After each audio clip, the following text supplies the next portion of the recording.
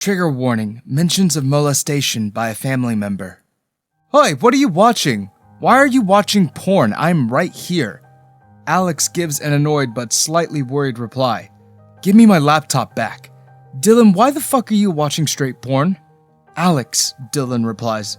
Explain, please. Oh, you must be confused about who these people are, so let's dial back a little. When Peter woke up this time, he was not in his own body once again. As always, it took him a while to understand where he was and what was happening, but by now, he has come to accept this particular part of his life, or death. He doesn't know, so he managed to slip into his new role easily. After all, it's always interesting to see how the hell people are mismanaging their lives. It's been several hours since his consciousness shifted into Dylan's body, a man whom he had seen only in passing and had nearly no knowledge about. So when the magic happens, he is not only confused about the process behind the whole thing, but also about Dylan himself. But as hours pass, he slips into his role easily. After Dylan spent a few hours fretting, he grabbed his laptop and started watching porn. And it is then that he's caught by his boyfriend, Alex. What do you want me to explain? Dylan says. I am pansexual. I like everything. You're with me, Dylan, Alex replies and puts down the laptop. The video plays in the background, but neither of the men pays it any attention. I tried to talk to you last night, but you said you're busy. Fine, you are, but then you said the same thing this morning, and then this afternoon, and then this evening when you return from work. And this is what you mean by being busy? Watching straight porn? Don't make a scene now, Alex. We used to watch it together. It was years ago, and it was for shits and giggles. We weren't in a relationship. Dylan sighs and stalks his way to the kitchen. Whatever. Alex follows after him, sounding worried now. Be honest, Dylan, are you seeing someone else? Are you seeing someone behind my back? No, I'm not. Stop fussing about that. And that is, I admit, a rude thing to say when your boyfriend's worries are genuine, legit, and explainable.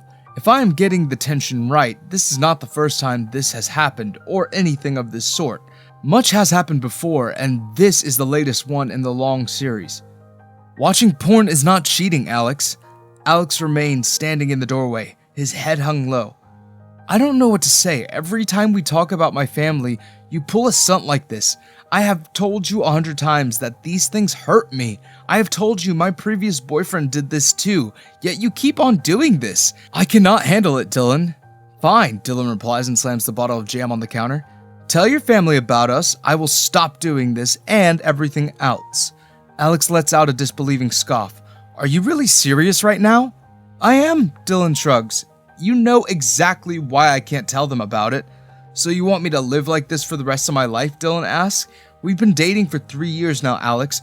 3 years. I think I deserve to meet my boyfriend's family by now, Alex. Don't you think so? They're trash people. They hate people like me or you.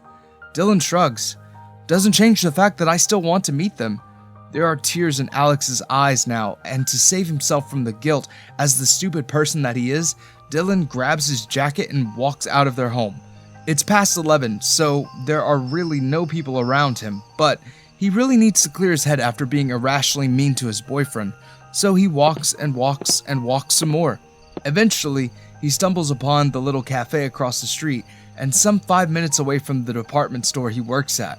The cafe is still open, being 24/7 that is, and he rubs his hands together to bring some heat in his body and walks right into the cafe. His phone rings a few times, probably calls from Alex, but he decides to ignore them for now. He does not think he can deal with so much guilt right now. He notices Annie, one of the cafe's staff, doing absolutely nothing on the counter. There are 2 other customers besides Dylan, and the business is almost dead at this hour. Dylan walks up to Annie and says hello to her. Hey Dylan, couldn't you sleep? She asked. Dylan shakes his head at her and makes his order. Got a little trouble in paradise. Oh, that sucks, she replies and tells him that his order will come in a while. Everyone's sleepy here, she tells him. I mean, I, for one, cannot wait to get out of this hellish cafe. Why? Dylan laughs. It's a good place. Annie rolls her eyes at him. Nearly an hour later, when Annie's shift is almost done and there's really no one besides them at the cafe, Dylan and she settle on one of the tables, and Dylan ends up informing her of the problem in his relationship. It is not the right thing to do. Sure enough, Dylan and Alex have known Annie for a while, but she's not a good friend. She's as good as a stranger. But when Dylan pours out his heart to her, it doesn't feel so. Annie looks sympathetic to Dylan's issues and hums every now and then at his complaints. Personally speaking, this behavior of Dylan, and by extension that of Annie, pisses me off. And really, trust me when I say that I cannot be easily pissed. But I am pissed on behalf of Alex, for that poor soul is still wide awake at home, fretting about Dylan and his safety. So, he got angry at you because you were watching porn, Annie surmises. Straight porn, Dylan corrects her. And that's it, she asks? Dylan shakes his head at her, and now, rightfully so, looks ashamed. I kind of been rubbing it in his face for a while that I have got a lot of options. Annie gasped at that. Dylan, that's wrong, he's your boyfriend. I know, Dylan replies and messes up his hair. But I'm under so much stress right now, Annie. He's not telling his family about us, and I kind of want to settle down with him right now. And the longer he waits, the more upset I feel. No matter how much I try to reason with myself, it doesn't work. I am trying. But it's not enough, Annie replies with a smile. Why is he not telling them? Dylan clears his throat. They're homophobic, he replies, and Alex really needs all the money he can get right now. There you have your answer then, she replies. Look, I get that, but that's not all. Then he continues with the information that oftentimes, because of the constant worries of someone being homophobic, Alex doesn't really tell people they're dating. It often causes problems for them, for they are then forced to act as close friends instead of boyfriends. I don't think I can live with being his secret another month, Annie. I want to be seen. She slaps a hand on his bicep. Come on, Dylan, learn to be loyal. He's always in stress, he replies, yet he doesn't tell them at all. You're giving him more stress, she tells him. Dylan rolls his eyes at her. Thanks for enlightening me, Annie. I needed that. When Dylan returns home, Alex is already asleep. It's nearly 2 in the night, so he tiptoes around their apartment and carefully slips on his bed. Alex is asleep on the other side, and there's an ocean's difference between them. Maybe someday Dylan will have the courage in himself to accept his mistakes and rudeness and apologize for it. For even if he's coming on strong on his boyfriend, it is undeniable that he still loves you, Alex, to the moon and back. Throughout the night, as Dylan's consciousness lies sleeping in his own body, Peter's remains wide awake, and I, for one thing, find this very interesting. How is this miracle even possible?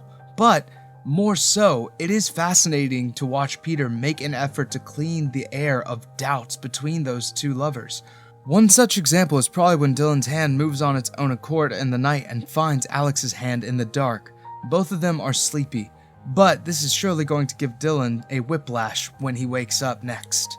In the morning, Dylan wakes up to find himself hugging Alex. Now, this wasn't Peter's doing. He pushed a little in the right direction, sure, but Dylan and Alex did the rest. It's really up to the boyfriends to make sure they do not let stupid things rule them out of their relationship. Dylan is soon reminded of his love for Alex and everything they have done until this point to keep their relationship safe. In the silence for the next 10 minutes, he feels incredibly stupid about what he's doing. He is being forceful and for no reason. A little less confusion and this mess can be cleared. He doesn't need to push the relationship so hard. When the guilt weighs too heavy on him, he gently pushes himself out of Alex's reach and gets off the bed.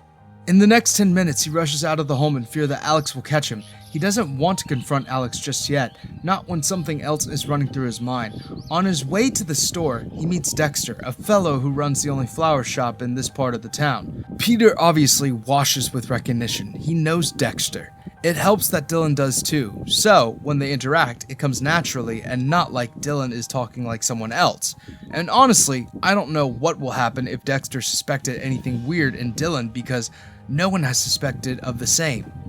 Hey Dexter, you're finally here, Dylan asks. Oh hey man, Dexter replies and then huffs out a handsome laugh. Dylan, through Peter, notices with interest the way light falls and hits him right in the eyes. It's a beautiful view, and Peter should control his feelings. Yeah, I have to deal with a few things I've been stalling for a few weeks now. Cannot wait anymore. How's your buddy? What was his name again? Peter? Dylan asks. Dexter shrugs at that. Yeah, Pete, I call him sometimes, mostly when he's not around because I'm sure that would piss him off. He laughs and then Dylan laughs, but it's Peter who really feels the happiest. The doctors aren't sure what's happening, but they keep telling us that he'll be alright. We're kind of holding on to that promise for now. Dylan pats his shoulder. If the doctors have said he'll be alright, then he will be. Dexter smiles at him. Thanks, Dylan. Going to the store, I assume? Dylan nods at him. Got no other thing to do.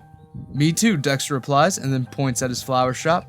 I'll go then. And although Peter, now finally awake and interacting with the only kind person in his life, does not want to leave him, he steps back a little. But instead of immediately rushing into the store, he points at the lots of sunflowers in front of the shop. They're fresh, but because of the lack of sunlight today, they seem to be in the state of death. It barrels his heart in such a way that Dylan nearly staggers at the poor sight of them. Dexter takes notice of that. Are you alright? Yeah, just the flowers, he says and points to the sunflowers. They're bad. Yeah, winter's not their season. Then why are you pushing them? Dexter shrugs and an expression takes home on his face, one that mirrors the awareness in Peter's consciousness. It would not be wrong to say that something shifted just now. Not in Dylan, for he's just a friend of Dexter, but in Peter. They're loved, Dexter replies. I am only keeping some. They're not for sale. Loved by whom? Dylan asks. Dexter smiles at him and then waves goodbye at him. Gotta go. See you later. Before he can rush out, Peter's consciousness fumbles a little.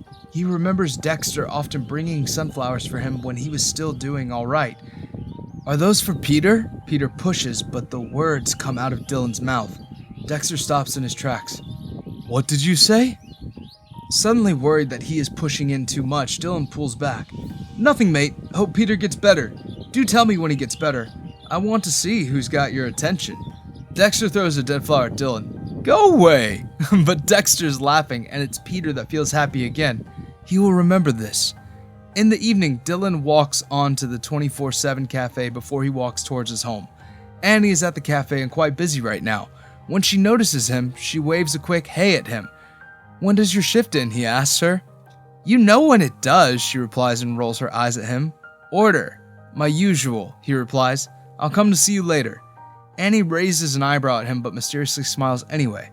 I'll wait, handsome. She's flirting with him and Dylan knows better than to encourage that. But does he do that? No, he doesn't. Your order will be ready in 5 minutes. You can go grab a seat before someone else does. Dylan smiles at her. Thanks. When he returns home, Alex is right onto him. You've been avoiding me. I haven't been avoiding you, baby, Dylan replies. Oh, how easily we lie to the ones we love. Dylan, please, I know you like the back of my hand. I know what's happening. I do not think you do. I just have returned from work, am hungry, and you're hounding me, baby. Let me breathe. Can we talk after that? This is one mean way to talk to your boyfriend, Dylan. But the words are out, and one cannot just take them back. That is something you don't want to do, though, Alex replies and returns to the kitchen. He is cooking something, and Dylan is immediately reminded of how much he loves his cooking. Leaving everything behind, he follows after Alex and hugs him from behind. What are you cooking? He asks, dropping a kiss at his nape. By now, the level of intimacy has increased so much that one can be sure Peter is feeling everything that Dylan is feeling. After all, his consciousness wouldn't feel so secure, safe, and sound in this moment if it weren't for that. Given Peter's past with James, his last boyfriend, and the reason they ended, this is indeed a huge step for him. Not that Peter has any choice in the matter of returning to his own body. He is bound to Dylan until he has achieved and learned what he has come here for, even if he's not sure what that is. My favorite, Alex replies to Dylan's question. Aw, your favorite's my favorite too. Alex smiles at that, and all the trouble between them seems to quiet down for that minute. I don't know about that, Dylan. I'm telling you that, Dylan tells him and then drops a kiss on the back of his head. I'll go take a bath. I am seriously starving. Alex mindlessly nods at him. But of course, the peace lasts only a while. After Alex mentions in passing about his best friend's upcoming wedding and the invitation he has just received from her, Dylan's expression darkens once again. What are you thinking? Alex asks. About us, Dylan replies. When are we going to get married? I think we can wait. Dylan unconsciously lets out a scoff. Of course you'd say so. And what will happen if I tell my parents about us? Are you going to stop doing that? Alex asked passionately. I want us to be together in front of everyone. I want to tell everyone that you're my boyfriend. I want to shout it to the world, but you never make it easy for me, Alex. It's been difficult with you all the time. I'm trying to understand the situation, but I feel lost. And like the brain-dead person that he is, he continues. Do you know how easy it will be for me with someone else? And hurt justly so takes place on Alex's face. In fact, if I were human, I would have kicked Dylan right out of the house right away. No need for a boyfriend like him. Where's Peter when we need him? He sure can divert Dylan's attention to the right things to some extent at least. I'm sorry, Dylan mutters then, and it's really a push from Peter's side. I don't know why I say things I say, but I really am sorry. You mean, then, that's why you say them? Alex replies. No, Dylan replies. But Alex lets out some tears and then walks away from there. Dylan, feeling guilty once again, 2 days in a row, walks out of the home and right into the cafe where he promised Annie he would see her later in the day. Annie has just finished her shift, so it is easy for him to make him leave the place. I should put my foot in my mouth, Dylan tells her. I think I speak more than I should, especially when I'm angry. You were right though, she tells him. You have options. I didn't actually mean it, Annie, he replies. I say that when we are arguing, and I have absolutely no idea why I torture him so much. Maybe, he stops and sucks on his bottom lip. Maybe I'm just not the right person to be with him? He deserves stability, and me being me, do not think I can provide him that. Annie sighs next to him. I don't know what to say to that. You don't have to. I think I know what to do. And Annie must have taken that as a hint because she stops in her tracks, grabs his face, and tries to kiss him. Shocked, it takes Dylan a while to understand what is happening. When he comes to his senses, he immediately pulls back from her. What the fuck, Annie? I thought you wanted to kiss me. No! I have to go. And then he rushes to his home. Oh, the mess has just started, and Dylan must be very eager to rush out of the first trouble he has experienced in his relationship because the following morning he shares his intent with Alex at the breakfast table. What do you mean? Alex asks. Dylan shrugs. I've not been the most understanding boyfriend, Alex. I think my toxicity comes on too strong these days, Alex. I do not want to hurt you anymore. You're not hurting me. Dylan scoffs. Look at you trying to protect my feelings, he stands up. I'll stay at a friend's for a while. Gotta let this cool down for a bit. Dylan, you can't be serious. I am, Alex. I am focusing on all the wrong things instead of the right ones. We have to think about the down payment, but I am wasting my time away asking you about your parents. I think I need some time. I'm not doing well. We can fix it together, Alex desperately replies. Honestly, I think this is something only I can fix. Dylan grabs his coat and walks to the door. Give me some time, Alex. I have hurt you enough as it is. I do not want to take the risk and completely lose you. Obviously, the friend he decides to hang out at is Annie. You've broken up with your boyfriend, have come here, and would not even let me touch you? What's your problem, man? Annie asks, sounding annoyed. Nothing, but thanks for giving me a place to live. Annie sits next to him on the couch. We're not friends, you know, you and me, or Alex and me. I will not tell him if we do something. That's the thing, Annie. I don't want to do anything. But you're not his boyfriend anymore. Nothing matters. Dylan rolls his eyes. Thanks, Annie. His phone hasn't stopped ringing since he left the home several hours ago. There's no way Alex knows he is at Annie's, so he knows he is safe on that matter. What he isn't safe from is obviously Annie. The woman hasn't stopped coming on to him ever since he informed her of his situation. Maybe Dylan has finally realized, like the rest of us, that coming here was a bad idea. Can you leave me alone? I've taken a day off today. I intend to waste it on sleeping. Whatever, Annie replies. I'm watching movies. Thanks for letting me stay. When Dylan wakes up next, it's to the noise of what weirdly sounds like a party? When he gets up from the couch, he notices several individuals mostly unknown to him, drinking and giggling to some music playing in the background. He does not understand what the hell is happening. He gets off the couch and walks to the kitchen where he just noticed Annie walking in. What's happening? He asks the moment he sees her. It's my birthday, asshole, she replies. Oh, sorry. Happy birthday, I guess. She shows him a middle finger. Your boyfriend kept calling. Alex, Dylan asks. We're not together. Oh, drop that charade, genius. We all know that's a lie. Dylan rubs his hands together. It's really not. If you really want to prove me wrong, how about you kiss one of my friends? Maybe Jackson, just to prove that you're done with Alex. I'm not going to kiss just about anyone. Annie pats his chest. That's the point of breakup and being panned, Dylan. You can kiss just about anyone and no one would complain. Immediately, Dylan's expression hardens, for this is a sensitive territory for not only Dylan, but also Peter, the latter, who was cheated on by his then-boyfriend James. So Dylan, now upset at Annie, walks out of the kitchen and settles on the couch once again, his face now gloomy. He immensely regrets coming here. Some half an hour later, a girl settles next to him. She is pretty, I have to give that to her, and seems interested in Dylan, a fact that does not go unnoticed by him, much to his disgust. Instead of giving him the exhilarating feeling that he had been expecting all along, given the scope of his sexuality, he feels upset at her. What? He asks, sounding gravely annoyed. I saw you were alone, so I came here, the girl replies.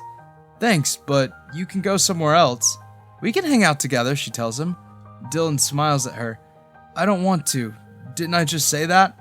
You don't have to be so mean. Annie told me you just broke up with your boyfriend. You know that means you can do whatever you want. Why do all of you say the same thing to me? I am tired of hearing that. But that is the truth.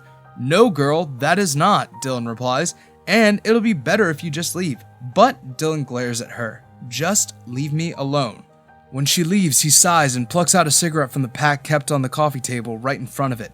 He lights it up and then stares ahead in the distance. What has he gotten himself into? Just a few hours earlier, he was safe, secure, in love, and loved with Alex, but because of some stupid irrational 2 seconds of decision, he is here. For what, really? After that, he cannot help but look around himself and see many willing people. If he gave one of them one signal, he knows he would have someone to sleep the night away with. It is going to be as easy as that. Then why is he not able to make that effort? Why is he sitting here, explaining to everyone and himself that he cannot and will not, even though he has no reason to stop now? Isn't that what he always wanted? Maybe that's the thing, he never wanted this. Half an hour later, Dylan walks out of Annie's house and starts walking toward home, where he knows Alex must still be. He hasn't received any call in the last hour, nor any message, so he knows Alex must have fallen asleep. So he takes his time walking back home, even though the weather is so unforgiving this night. So much is happening in his life. The job at the department store seems like a total time waste. He is indeed wasting away his youth working in a store like that. And Alex and he still have to work on fixing the money for the down payment of the little house they've set their eyes on. Besides that, Alex has decided to continue his studies. So much is happening in their lives and nothing seemed like it was in his control. Could it be that they are the reasons he has been forcing Alex to talk to his parents because that's the only thing that seems to be in their control? Most likely, who can tell? Because the troubles with Alex are far better than the freedom he gets without him. Or maybe he thinks with a little laugh, he is just so loyal to his love that the very thought of staying away from him drives him nuts.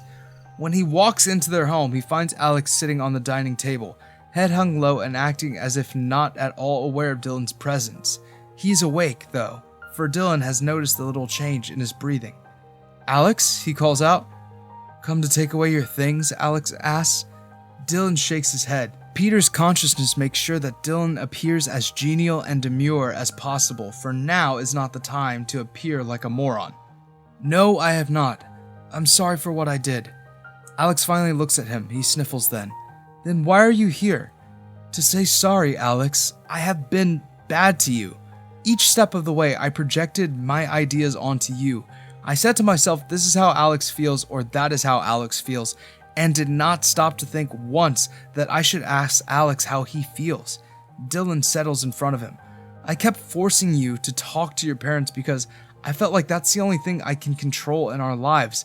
I didn't stop once to think how much it's hurting our relationship. Alex purses his lips together, but it doesn't stop him. Alex, I am so sorry. I cannot even express how sorry I am. I went to Annie's place and she kept coming on to me. I told her that I would not do anything with her because Am I supposed to cheer for you for your loyalty to me? Dylan immediately shakes his head. I did not mean that. I just wanted to say that, Alex. Please give me another chance. I promise I will try to be a better boyfriend. Alex sniffles and sips on the water kept in front of him. Then he passes the glass towards Dylan. It's warm water, he tells him. Drink it. Dylan takes it with grateful hands. Thank you, Alex. Are you hungry? Dylan shakes his head. I'm fine. Let's go to sleep then. It's very late. Dylan stands up. He says. Come with me, Dylan. Don't be stupid. Alex turns to him. Another important thing. I've told my parents about us, he announces. They want to meet you, but I am going to warn you to stay away from my brother. One wrong word and he will hit you. That's a lot. Alex gives him a hand and smiles at him. Isn't that what you always wanted, baby? I am giving you exactly that. Dylan at that gives him a laugh. The moment their hands touch, Peter is back in his body. Some half an hour after he wakes up, he has his first conversation with Sammy after the accident. How are you, Peter? Sammy asks. Dexter stands behind her and Peter looks at him curiously for a while before returning his attention to Sammy. He remembers the feelings he felt when he met Dexter, that old but familiar feeling. He can feel that even now. How did I survive but James didn't? He asks her. Alright, here it is. James, Peter's boyfriend who cheated on him, is dead. Years ago, and just some days after having been found by Peter, he died in a car accident. A pattern that Peter tried to follow but failed. Hence the question. The anger he has kept in himself against James is still right there. But there's no outlet to let it out. He is dead and Peter cannot confront him. Years ago, when the confrontation could have happened, his sister had derided him for not being able to keep a man loyal to himself, a statement that stood by him even after all these years. Now he's got no way to deal with it but to find peace with it. James' disloyalty isn't his burden to bear. When the visiting hours end, Sammy promises him that she will inform his family of his recovery and smiles happily that everything is going to be alright. And when she drags away Dexter, Peter cannot help but smile and hope to pull him in a hug the way he did when Dexter's mom died and he needed someone to hold him.